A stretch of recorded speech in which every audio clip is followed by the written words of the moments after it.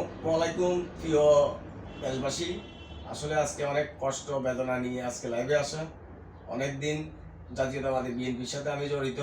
দীর্ঘ প্রায় 2012 থেকে 14 থেকে আমার বুঝ হওয়ার পর থেকে আমি জাতীয়তাবাদী বিএনপি আদর্শে রাজনীতি করে এসেছি।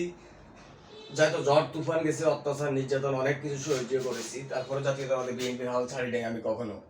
তো এই জাতীয়তাবাদী বিএনপি আদর্শে আসার উদ্দেশ্য ছিল, সেটা হচ্ছে যে আমাদের দেশনেত্রী বেগম খালেদা জিয়া, আমাদের মা, তিনি আমাদের ফেনী জেলারই সন্তান। এই সুবাদে আমি জাতীয়তাবাদী বিএনপিকে ভালোবাসতাম।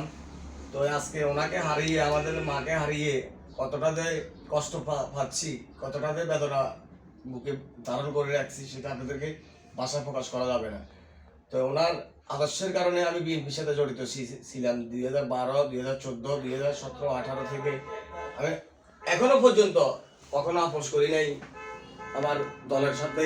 দলের দুঃসময়ে আমি জাতীয়তাবাদী বিএনপিকে ধারণ করতাম। এটার কারণ হচ্ছে যে আমাদের দেশনেত্রী বেগম খালেদা জিয়া আমাদের মা, আমাদের ফ্যামিলির সন্তান।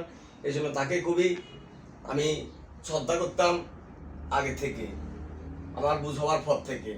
তো আসলে ওনার মৃত্যুতে, উনি আজকে সকাল 6টায় ইন্তেকাল করেছে। সবাই ওনার জন্য দোয়া করবেন, ইনলাইন রাজিউন। তো বেশি কিছু বলবো না। আমাদের মায়ের জন্য সবাই আপনারা একটু দোয়া করবেন, উনি যেন সুস্থ, এই আল্লাহ যেন তাকে বেশি নসিব করে, এই দোয়াটাই সবার কাছে আমি চাচ্ছি, এটাই।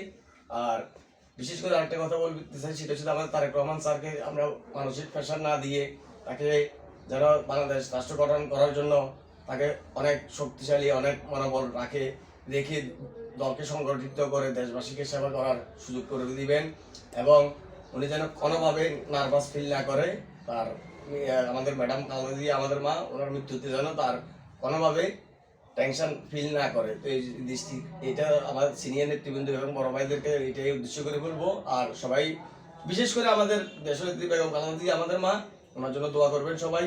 আল্লাহ যেন ওনাকে বেশি নিশ্চিত করে, এটাই আমি আজকে বলতে চাচ্ছি। আর বেশি কথা বলার মতো না, আসলে ভাষা প্রকাশ করার মতো অবস্থা নাই।